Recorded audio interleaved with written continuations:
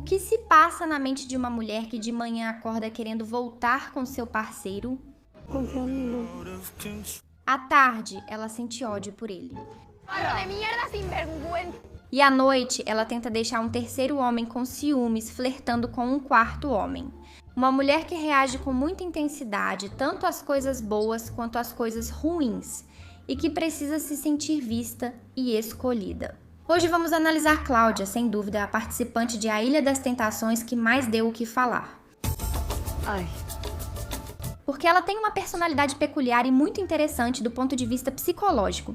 E muitas pessoas, por desconhecimento, podem rotulá-la de falsa, hipócrita, fingida, até mesmo má ou manipuladora. Não dá pra te entender, cara.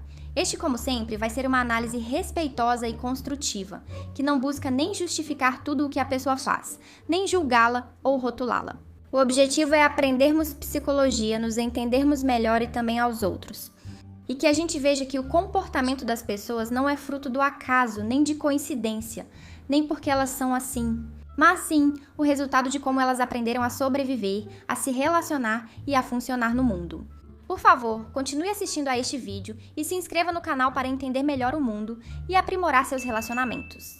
E se você for comentar, que seja sempre de forma respeitosa e construtiva, porque todos cometemos erros, todos temos coisas para melhorar.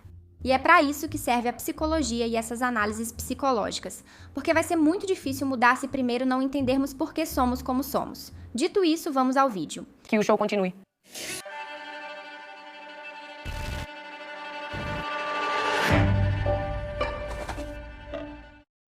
Se você não conhece o programa, vou resumir.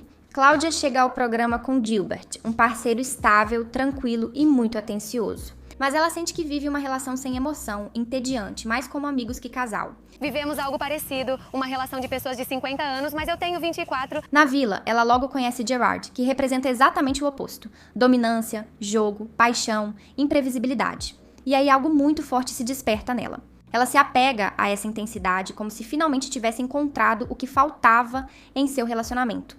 Mas a partir daí, começam as reviravoltas. Reviravolta dramática dos acontecimentos. Muda de opinião e sentimentos ao perceber que pode perder Gilbert. Falei que queria me afastar. Explosões emocionais diante de qualquer decepção. Choro desmedido, raiva intensa, mas também um carinho e uma ternura muito intensos. É bom que você veja sua mãe e chore. É bom sentir que as coisas te tocam. E não que tudo tanto faz pra você. Não, não. Muitas dúvidas sobre o que ela quer e sente. Idas e vindas com o namorado Gilbert e com seu tentador Gerard. Sinto que tenho 3 namorados. Um me vê com o terceiro e o outro me assistia pelo tablet e surtava. Sinto ciúmes quando Gerard se interessa por outra garota. Quando tudo já está organizado no meu plano mental. Tentativas de provocar ciúmes se aproximando de outro homem. Busca de conflito, de rivalidade. Que chato. Vamos, e os elogiozinhos, me deixe em paz, tchau. Muita sedução, muita conquista. Vamos que ela está nos entregando 90% da trama da ilha. De fora, muitas pessoas veem isso como teatro, exagero ou falsidade. Acusam ela de estar atuando, fingindo, de simplesmente ser má. Mas se olharmos de perto, podemos encontrar uma história mais complexa. Uma garota que vem de relacionamentos tóxicos e vai viver. Estive em um relacionamento de 4 anos e eu estava muito desequilibrada. Aquela que foi traída com a melhor amiga. Um relacionamento, ele ficou com a garota e tudo. Alguém que confunde amor com montanha-russa. Que tem muito medo de ser rejeitada, de ser invisível. Isso se voltarmos. Embora diga querer um relacionamento saudável, não sabe lidar quando finalmente o tem diante de si. Não sente essa emoção ou vontade, e isso vem da vida em geral, não só do sexo. Porque quando finalmente recebe esse amor e essa intimidade que tanto deseja, às vezes parece que perde o interesse, que desvaloriza isso. E então volta a idealizar aquilo que não tem. Aquilo que escapa ou até mesmo a rejeita. Claudia, me alegro montón de haberlo cortado contigo, porque é super pesado. Ela admite que costuma se interessar por quem não lhe dá atenção. Pensei, esse é o cara que não vai me notar, então é dele que quero atenção. Ela precisa ser o centro das atenções. Eu tenho que ser a protagonista. Ela precisa ser escolhida. Se você entende um pouco de psicologia, o que deve ser o caso, especialmente se estuda na minha academia, Mindhunt Academy. Provavelmente está vindo uma palavra agora mesmo na sua cabeça, e essa palavra é histrionismo. Mas vamos esclarecer. Aqui não estamos para diagnosticar. E como eu sempre digo, a personalidade é como uma salada. Todos nós temos uma mistura de ingredientes que seriam os traços de personalidade. A base, alface, quinoa, escarola. É a estrutura, a personalidade que contém esses traços. Conforme os ingredientes predominam, definimos diferentes perfis. Não é preciso ter um transtorno de personalidade para que possamos colocar uma pessoa em um certo perfil. Por isso é sempre muito importante que a gente diferencie e que seja específica. Não é a mesma coisa falar de narcisismo ou de traços narcisistas do que falar de um transtorno de personalidade narcisista. Não é a mesma coisa falar de perfil dependente e de traços dependentes. Do que falar de um transtorno de personalidade dependente. É como dizer que você é dançarina porque dança muito e gosta de dançar. Ou dizer que você é uma dançarina profissional. Certo. Agora que esclarecemos isso. Neste vídeo, vamos falar e explicar o que é histrionismo ou histeria. Embora na sua origem sejam conceitos diferentes, hoje em dia são usados quase como sinônimos. Digo isso caso ouçam algum profissional falar histeria, histérico, histérica ou histriônico. Para não se confundirem, é tudo a mesma coisa. Quando menciono histrionismo, quero deixar isso claro para você. Não estou falando de um rótulo clínico, mas sim de uma forma de sentir e de se relacionar. Usar rótulos na psicologia serve para pouca coisa. Se simplesmente buscamos rotular e catalogar as pessoas, isso não faz sentido. Só faz sentido se fizermos isso tentando entender como a pessoa funciona por dentro, quais esquemas ela tem, quais marcas ela carrega. O que ela aprendeu sobre amor e vínculo, como acha que deve se relacionar e se apresentar ao mundo. Quais defesas usa para lidar com a dor e quais emoções predominam. Trabalho dentro de um modelo, que busca entender e não rotular. Esclarecido isso, vamos ver o que é um estilo histriônico ou um estilo histérico. Ou melhor ainda, vamos começar dizendo o que não é, porque muitas vezes isso é confundido, julgado ou até mesmo usado como um insulto por algumas pessoas. Antes de tudo, histérica popularmente tem sido usada como um insulto para rotular uma mulher como louca ou descontrolada. E nem é algo exclusivo das mulheres.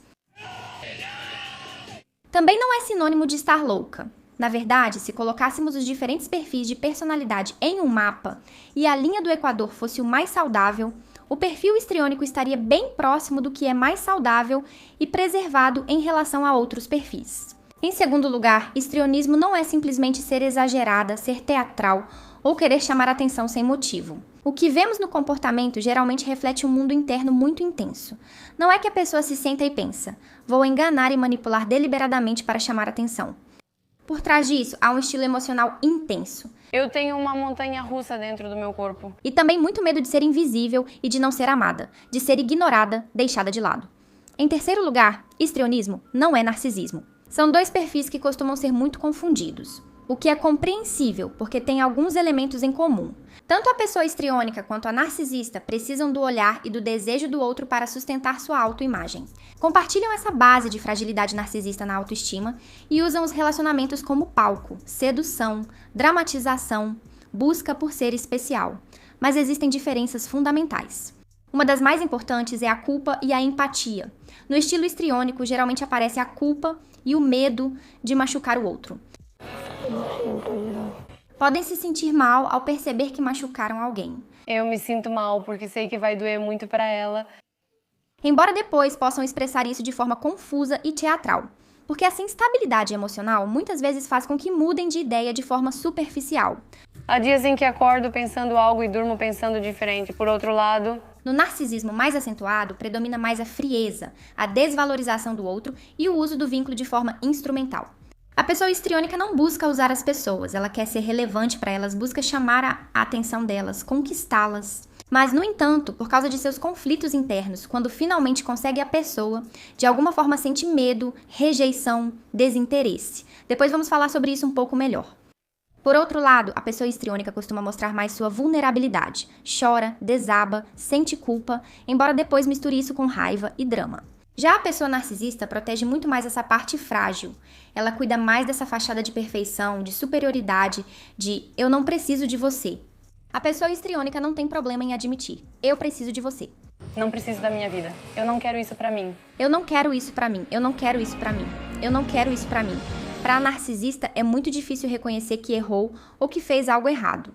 Ela tende a desvalorizar ou culpar outra pessoa com mais facilidade. Já a histriônica muitas vezes pode passar de sentir que fez tudo muito bem para, ao perceber seu erro, desabar e chorar. Quando a histriônica compete, é porque deseja ser escolhida e relevante para o outro. Encerrando, sempre fui uma pessoa que adorou agradar ou chamar a atenção. Ela teme muito ser invisível, irrelevante, rejeitada. O narcisista, por outro lado, compete para ganhar, para alimentar seu ego, para ficar por cima, para esmagar o outro, para se sentir superior. Voltando ao exemplo de Cláudia, em muitas ocasiões vemos que ela sente empatia por suas colegas. Meu lado mais bondoso pensa, poxa, coitadinha. Algo que em outras edições, por exemplo, não vimos em outras participantes. A vemos chorar e se emocionar quando uma colega sofre. Reconhece seus erros, admite seus defeitos, suas falhas, entre aspas. Sempre falei a verdade. Não gosto, mas preciso que você me dê ouvidos, pois todo mundo tem que me dar ouvidos. E é capaz de pedir desculpas quando percebe que machucou alguém. Talvez... Eu sinto e farei mais assim. Às vezes, depois de um tempo, parece que ela muda de ideia. Mas isso geralmente não é calculado nem maquiavélico, e sim resultado dessa montanha-russa emocional. Já que para esses perfis é fácil que a instabilidade e a intensidade emocional os dominem. Achei que podia confiar e ficar tranquila, mas hoje sinto que não consigo ficar tranquila e só agi assim porque senti isso. Quando sinto a cor azul, penso que tudo é azul, mas de repente vem uma invasão verde e penso que tudo é verde. São mudanças de opinião e de desejos muito rápidas e superficiais, no sentido de que duram pouco e têm pouca profundidade e justificativa racional. De querer me matar com Gerard, achando que gosto dele e às vezes gosto de outro, não sei. E aqui chega outro mal-entendido comum: confundir o histrionismo com a bipolaridade. Em geral, quando as pessoas veem alguém que muda de humor, de opinião, não de atitude, tendem a dizer que essa pessoa é bipolar. Mas a bipolaridade é uma coisa que não tem nada a ver.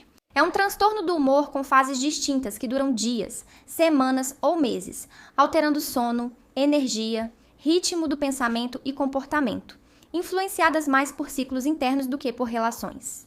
Já no estilo histriônico e outras organizações de personalidade, as mudanças dependem do que ocorre na vida e nos relacionamentos da pessoa. Ciúmes, possibilidade de perder o outro, rejeição, um mal-entendido, não são episódios fechados e sequenciais, mas sim reações a acontecimentos dependentes, ao que vive, ao que interpreta, ao que toca em sua história de vida. Bem, com tudo o que te contei até agora, provavelmente você já tem uma ideia do que estamos falando quando mencionamos um perfil histriônico histérico. Mas vamos definir isso direitinho. Na psicoterapia relacional, falamos de um estilo de personalidade que se situa no eixo da sexualidade. Isso não significa que tenha problemas com o sexual em si, mas sim que sua estrutura, seu conflito, sua angústia se formam em torno do outro, em torno do desejo, da sedução, de ser relevante no olhar da outra pessoa, de ser escolhida. Quando na psicologia falamos em sedução ou seduzir, não nos referimos só ao ato de paquerar alguém de quem se gosta, em sentido romântico ou sexual, mas sim ao conquistar, ao nos mostrarmos de uma determinada forma para causar uma boa impressão no outro e conquistá-lo. Conquistar a câmera, ser popular, se vestir de uma forma muito atraente, ser encantadora, charmosa, cativar as pessoas. São pessoas que estão sempre preocupadas em agradar, não só com o objetivo de paquerar, mas de conquistar todo mundo. Não é um encanto superficial ou instrumental que busca enganar para conseguir algo, como seria o de uma narcisista, mas sim que a sedução é a forma dela se relacionar, é a forma dela se apresentar. A sedução não é um meio, mas sim um fim em si mesma. Dificilmente você vai ver a histriônica desarrumada, sem querer agradar, sem buscar chamar atenção de alguma forma. Elas precisam se sentir vistas para sentirem que existem. Na verdade, uma frase comum que usamos na clínica quando falamos desses perfis é que elas sexualizam tudo, menos o ato sexual. Ou seja, elas querem que todo mundo se aproxime, querem conquistar os outros, querem seduzir e atrair, mas quando finalmente a pessoa está ali comprometida, en la intimidad sienten pavor. Se trouxermos isso de uma forma bem simples para o mundo dos encontros, são perfis que gostam muito de seduzir, conquistar e paquerar, mas quando finalmente tem a pessoa em casa, ficam tipo: o que você está fazendo aqui? Vai embora. Você me sufoca, não entendo e já não gosto mais de você. Vou explicar isso com 3 pilares. O primeiro é como elas se sentem internamente. O roteiro interno geralmente é algo assim: preciso me sentir especial, desejada, escolhida, para sentir que tenho valor, mas se alguém me quer de verdade, se compromete, me vê de perto, a intimidade, eu me assusto. E se ele ver quem sou de verdade e me rejeitar? E se não for o que eu queria? E se eu não me sentir completa? E se eu parar de gostar dessa pessoa?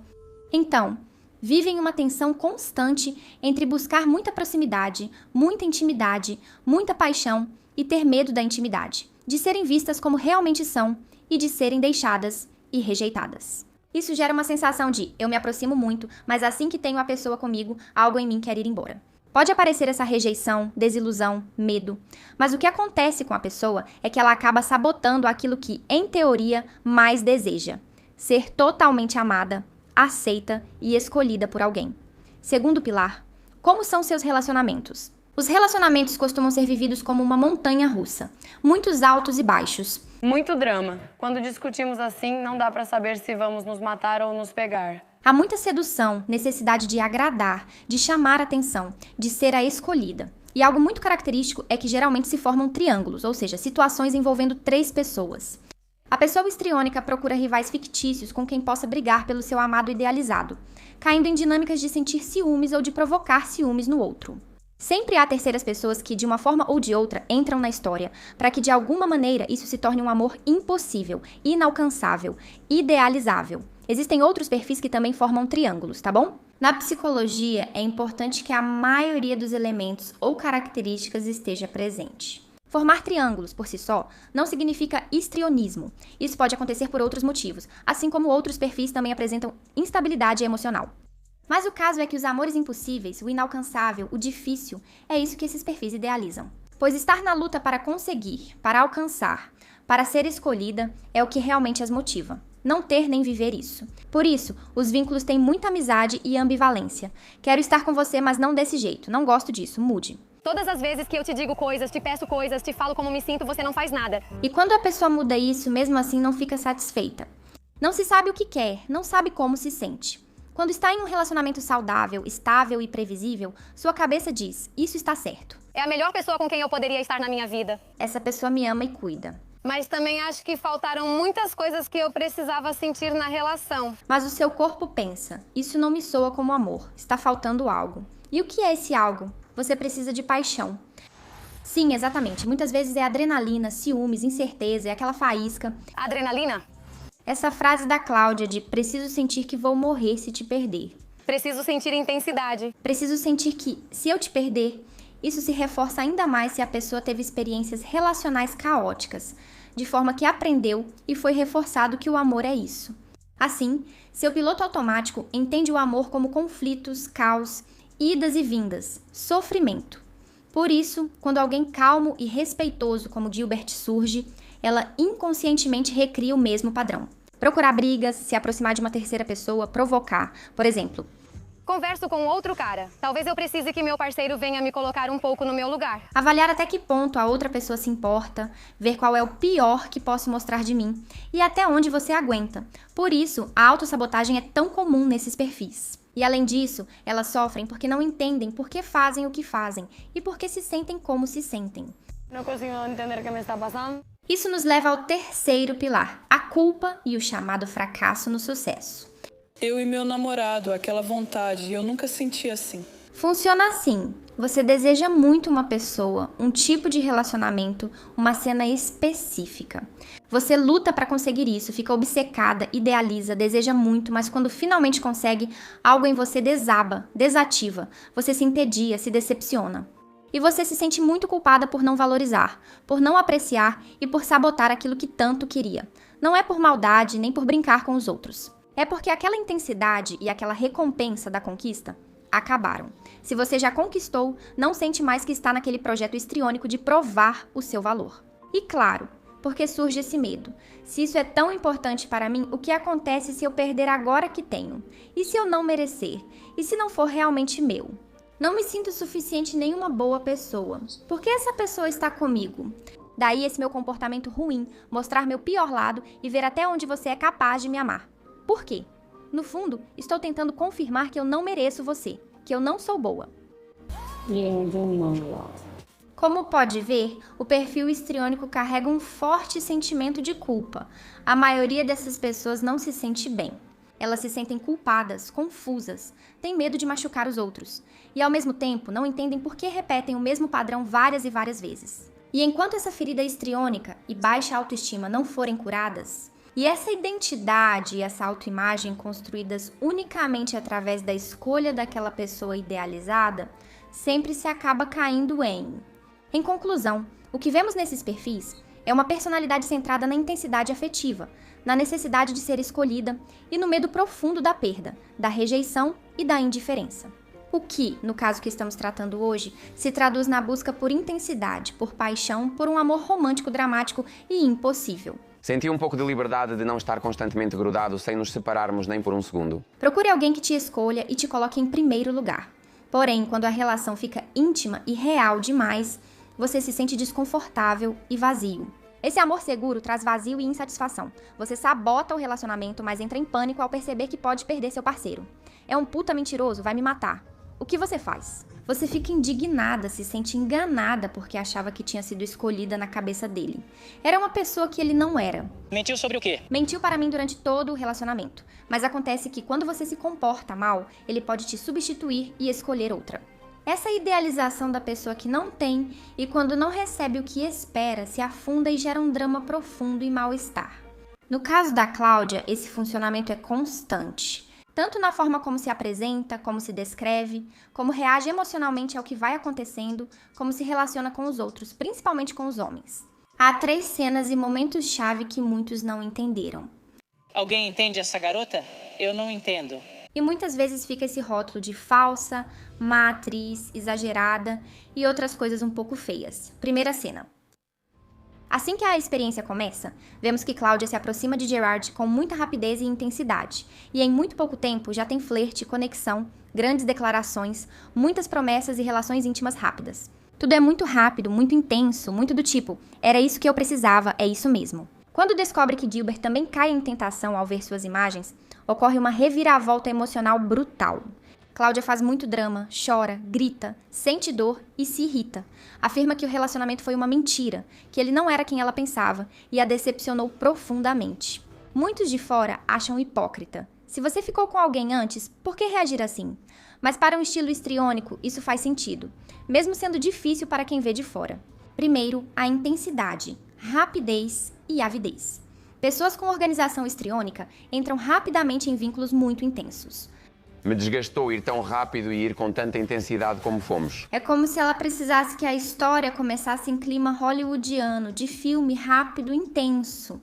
Quando Cláudia se envolve com Gerard, não está refletindo sobre seus motivos, apenas segue a necessidade de se sentir viva, desejada e escolhida.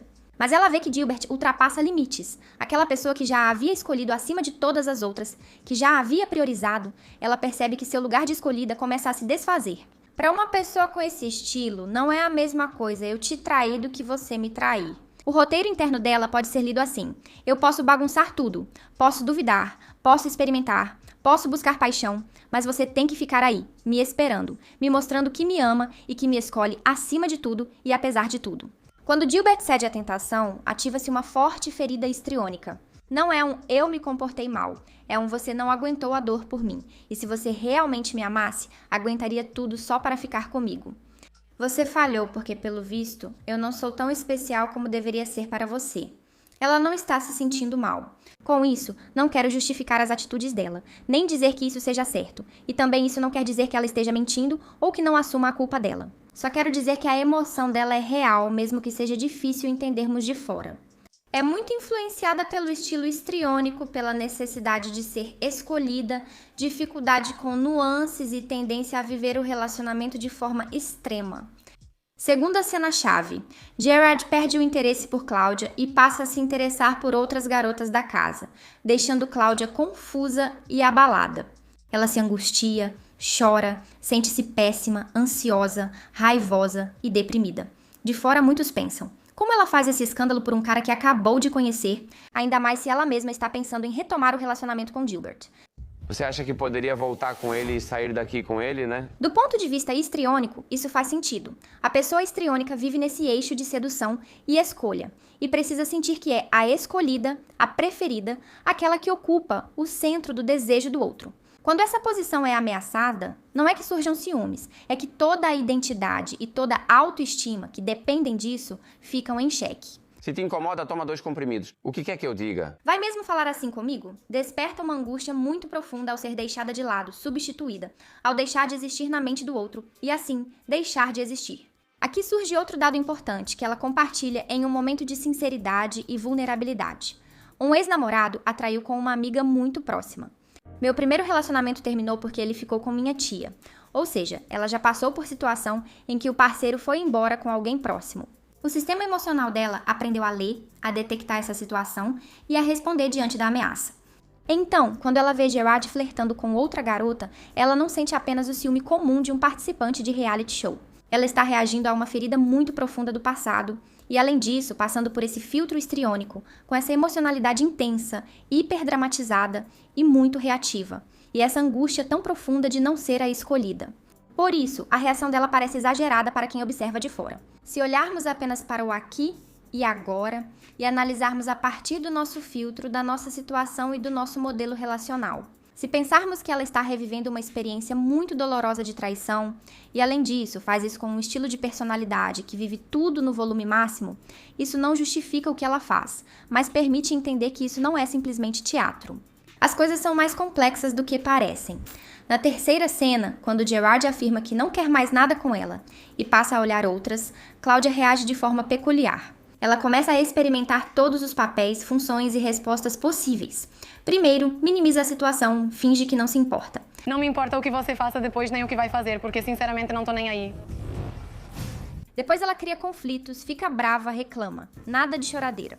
Não tenho nada pra chorar, não tenho nada pra chorar. Chora, se afunda, se mostra ferida, se mostra como uma menina. Mais tarde, afirma de uma posição mais altiva que, na verdade, Gerard não gosta da outra, que quem ele gosta é dela. Pelo menos vá com alguém de quem você goste, mas também sinto que se eu quisesse, eu transaria com ele de novo. Por fim, ela fica com outro solteiro para provocar ciúmes nele, tudo em poucas horas ou dias, como se mudasse de papel. Eu acho que em um dia nasce uma nova Cláudia e no dia seguinte outra.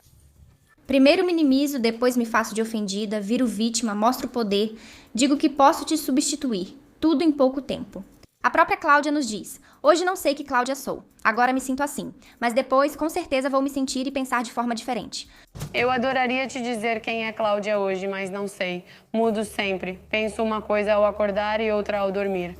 Essa cena é quase uma representação em miniatura do que é esse estilo histriônico do qual estamos falando.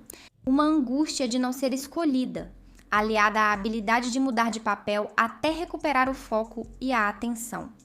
Por isso esses perfis são chamados de dramáticos ou teatrais. Além da intensidade emocional, porque são capazes de mostrar qualquer faceta e mudar de papel para conseguir essa atenção. E é que quando Gerard se volta para outras, o que se quebra é o seu lugar central na cena. E isso, para um funcionamento histriônico, é quase insuportável. A indiferença ou a substituição dói mais do que o conflito ou do que a rejeição explícita. Vista assim, sob esse prisma psicológico, ela não é simplesmente uma garota confusa, louca, que muda de opinião a cada 5 minutos. De fora, pode parecer um show, mas por dentro, o que existe é muito medo, insegurança e uma forma dramática e instável de tentar recuperar o valor, a autoestima e o lugar no vínculo. Isso significa que tudo o que Cláudia faz está certo e é justificável? Não. Ela feriu Gilbert, feriu a si mesma, usou outro rapaz, machuca outras pessoas e age com irresponsabilidade em suas ações. Mas reduzir tudo isso a ela é falsa, ela é uma má pessoa, ou ela gosta de aparecer, como li em alguns lugares, é ficar muito na superfície. Muitas pessoas vivem emoções intensas, se sabotam, entram em relacionamentos caóticos e não sabem por que agem assim, sem necessidade de diagnóstico. Evitar julgar ou rotular para perceber que há lógica e sofrimento ali. Se tudo isso está soando familiar para você, porque é algo bastante comum, mesmo que possamos encontrar ou vivenciar em menor ou maior escala, lembre-se da salada. Os ingredientes aparecem em maior ou menor medida. Se isso faz sentido, comece a se perguntar: o que aprendi sobre o amor? Quais padrões repito? O que eu preciso para me sentir vista, importante diante dos outros? Do que depende a minha autoestima e o meu valor?